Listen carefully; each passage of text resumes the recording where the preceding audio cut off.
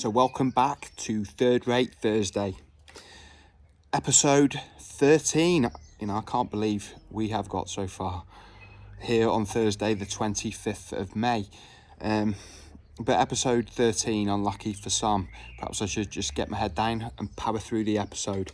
But I was having a look into why 13 before I started filming today. I started going down that rabbit hole of what 13, why is it unlucky? And I always had inklings about it. I did think it was something to do with the Knights Templar, but that's Friday the 13th, slightly different. But 13 is considered unlucky because Judas Iscariot was the 13th disciple to sit down at the table with Jesus and the other disciples, and he was the one who just fly on my arm dobbed in Jesus. So he sat down, and that 14 it would have been with Judas Iscariot sitting down, kind of threw out that number 13 because 13 is the number of the houses of the zodiac, and the sun spends 30 days per year, 30 days in each house of the zodiac, hence why 13 is a very sacred number. And the Christians did incorporate, I'm not going to say this too loud because my neighbour's quite a devout Christian, and I'm not actually being offensive, I'm just saying, but the Christians carried on the former tradition of venerating 13, and obviously I guess Judas sitting down threw out that number because like I said, I'm getting a bit lost here, and it's not what Third Rate Thursday is about today, but that's why 13 is considered unlucky. So I'm not going to take too much notice of that today. Not disrespecting it, but I'm just not going to take too much notice of the bad luck, because we had plenty of that with last week's Third Rate Thursday. The upload, it took forever, and the video didn't go live till I think 9:30. So fingers crossed. I hate that. Look at that, and even bashed my finger this week. Hopefully it goes up a bit smoother this week. But it's because I've been very busy. Is it getting out and doing a Third Rate Thursday has been a bit more difficult. That's why we're in the garden. Not a lot going on in the garden at the moment. In fact, I'll show you what's going on in the garden. Yes, the poppies are the main event, I guess, at the moment. Although they are starting to fade a bit in the sun. But yeah, it's their time. I can't remember what this one's called, but it's coming up absolutely beautiful. I'm not an actual gardener myself. Other people do our garden, other relatives seem to enjoy it, and it's, I enjoy looking at it. But these tulips, a month ago, they were absolutely stunning. They had all the frayed edges, but they're gone now. Their time's passed, and this will all grow up later on in the summer. Fingers crossed. You do know I hate that, but I keep saying it all the time. And then we got the flamingo. Do like that little addition. There you go, garden update. So after that little garden safari, just moving on to this week's talking point, which is shorts. Not the kind you wear in summer, although I spend most of the summer wearing shorts all the time if I can get away with it. But I'm talking about YouTube shorts. What do you think of YouTube shorts? Do you watch a lot of them if you're a content creator? Do you enjoy making them? I personally, I do make them, and I've sort of got into it a bit more, but it wasn't a natural thing for this channel. I've done a lot more in the last few months than I had previously, because it took me ages to sort of come onto the shorts train. But, I watch myself. I watch a few. I don't really go looking for shorts, but if I see something that looks interesting, that piques me interest, I'll watch it. And but again, I don't, if I've got a favourite content creator, I don't go on the channel and look for their shorts. I don't feel it's 100% natural on YouTube. That just could be me. I sort of think it's like come over from TikTok and Facebook shorts. It's like YouTube keeping up. But I think there has been some very worthwhile content that I've watched on Shorts. So like usual, I'm sort of in the middle. But I will continue to make Shorts when I remember, or when I've got some footage that I think, yeah, that'll be good for a short. Because some of them have had a fair number of views. Some of them have had virtually none, just like my other content. But yeah, it's like an art form in itself, I think. So I'll try to continue honing that art form and that craft. But main videos are my main focus. So tell us what you think, if you've got an opinion.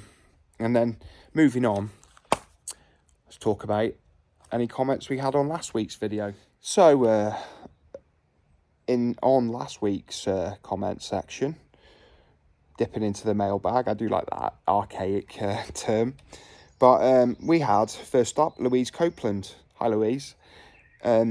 She says, what's at AI? Artificial intelligence, Dan? LOL. I think Louise is referring to a possible spelling mistake I made, or a spacing mistake possibly. I put it right, so thank you for the heads up, Louise. But you know, I do make some errors. That's, like I said before, partially why the channel's called what it is, but I try not to. But it's just one of those things, just got to live with it. And now I've lost the mailbag. And then following on for Louise, we've got Not Mark Knopfler, long time commenter like Louise. He says, AI is going to be a massive problem for employment. Just today, Vodafone have announced 11,000 job losses. BT have also announced today that 55,000 jobs are to go, as they can be replaced with AI. I'm afraid I don't like the outlook one bit. I've used ChatGPT quite a bit.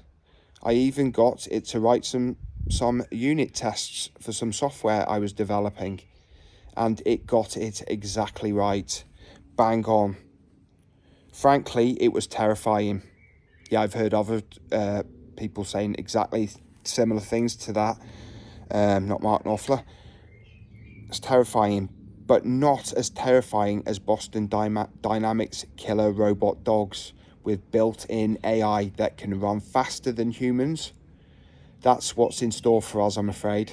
My outlook is increasingly dystopian by the day. And I'm going to say, you can't help, when you look into these things, when you sort of dig deep, a bit deeper than just like the surface stuff you read in the paper. Well, I don't really read the papers, but what you read on, you know, your phone or whatever, the sort of mainstream articles, when you delve into it a bit deeper, which I have myself, yeah, it starts to look a bit dicey. And there is also a lot of talk that AI has been around a bit longer than is being, you know, the story, the narrative we're given. You like a lot of technologies that appear, they don't usually just appear, you know, I know it's been in development for a long time, but there's usually stuff going on behind the scenes as well that isn't sort of revealed to the public, for one reason or another. Sometimes positive reasons, or good reasons, other times maybe not. But yeah, there is a lot going on, and I've gone through the old Boston Dynamics. I did subscribe to the channel for a bit. I don't know why. But yeah, it's really interesting. But also, yeah, you can see, especially the police dogs that were going around during the lockdowns in New York. I think they eased off that a bit because it was freaking people out. But yeah, they're there, and like you say, AI, like high technology, the best robot technology going with embedded AI is very, very interesting to think about. So yeah, thanks for that, Mark. Next up, we got Rick Deckard, and he says, hi, thanks for the reply, TRC. I'm sure you've already investigated it, but here is that particular moment. And yeah, to be honest, I only watched it just before I made this, and yeah, that was a very interesting, I just haven't got around to it, but that was a really interesting figure in black, just makes the way across the screen. Yeah, Rick did leave a link on last week's video. I'll leave a link on the comments for this week's video. Okay. Thanks, Rick. Nothing doesn't happen. Everything happens for a reason in something like that. So there was possibly some kind of symbolic act or rite of a coronation that we don't know about, and again, not revealed to the public, or it could have just been a random. But I am going to investigate that a bit more, Rick. Another interesting rabbit hole to go down. You know, they are all interesting, but you can spend ages going down these rabbit holes. So that was last week's comments, and thank you for everyone commenting. Always interesting to read and think about, have an exchange of ideas. So moving on Third Rate Thursday, already this film has been quite a bit longer than I was envisaging or expecting, but once I start talking, I can't really stop. Anyway, that's probably a good thing when you're running a YouTube channel. So yeah, moving on. This week on Third Rate content is going to be Ludlow.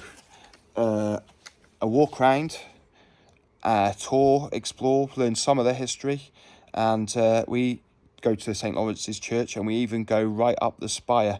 So, and it was a lovely. I filmed it on the same day I filmed last week's video, the abandoned graveyard. Some of it was abandoned. I would say about 60% of it was abandoned. It's only the bit in front of the church that is manicured still and maintained. But yeah, it was a lovely day, and the weather did start getting warmer as the day went on. And yeah, it's great. Although I've been to Ludlow 2 or 3 times in the past, it felt like because I was more on point with research and actually thinking about what I was looking at, it felt like I had a new introduction to Ludlow on that day. So yeah, you know, tag along and we'll investigate together. But I just want to say as well, thank you to any new subscribers who've joined the channel since last week's video. Had quite a few come join, and thank you so much. And I hope to be continuing to get better and keep up the third-rate content quality, third-rate content quality going forward. But yeah, so buckle up, and I'll see you later this week. And thanks for watching today. If I don't see you soon, I'll see you 3 times as soon. And don't forget to leave a like, subscribe, and by all means do comment. I do love a good comment. And if you're going to comment, perhaps let's have a talk about this week's subject on this video. So see you soon, and bye-bye.